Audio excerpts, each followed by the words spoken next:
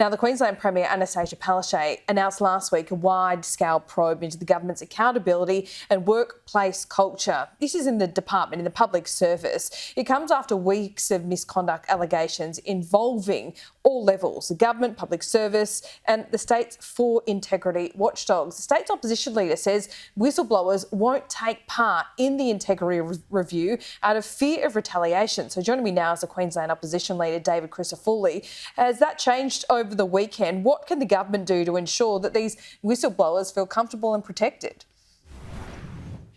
Good morning, Laura. This is the most important week of a Queensland Parliament since the election of this government. Nothing short of a full-blown Royal Commission will give that protection that you're talking about. Now, put aside the fact that this review, which is into the conduct of the Labor Party and its murkiness with Labor lobbyists and the way that it's doing business, put aside the fact that the review is being done by someone who was once a member of the Labor Party, who donated to the Labor Party in the lead up to last election, put that to one side. This is now the fifth review that the Premier has announced in the last month since this integrity inferno has burnt through her government. The fifth review. All of them have one thing in common. It doesn't provide people the protection of Parliament. It doesn't provide people the gravitas of a Royal Commission that will get the true answers. This is an issue that the Premier views as a media one that she can ride out rather than a corruption one that she needs to stamp out.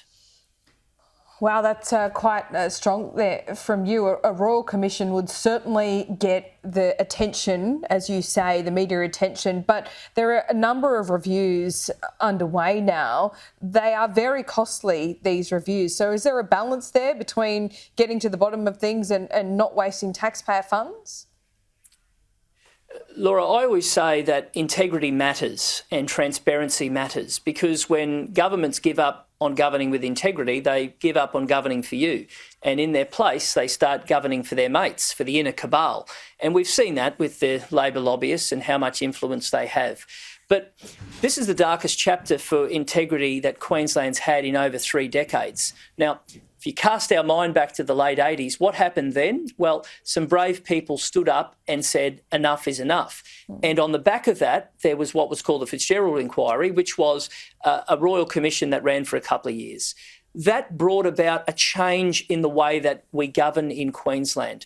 And look, this last month, it's been disastrous for the Premier, it's been disastrous for her government. But if I put that to one side, it's been disastrous for Queensland, because what's happening is people are looking at us and say, well, I thought those guys had got past that. I thought that was the bad old days. We're back to where we were, and we're better than that as a state. And we've got so much on offer in a post-COVID world. This place will go magnificently. At the moment, though, we've got a dodgy, rotten government.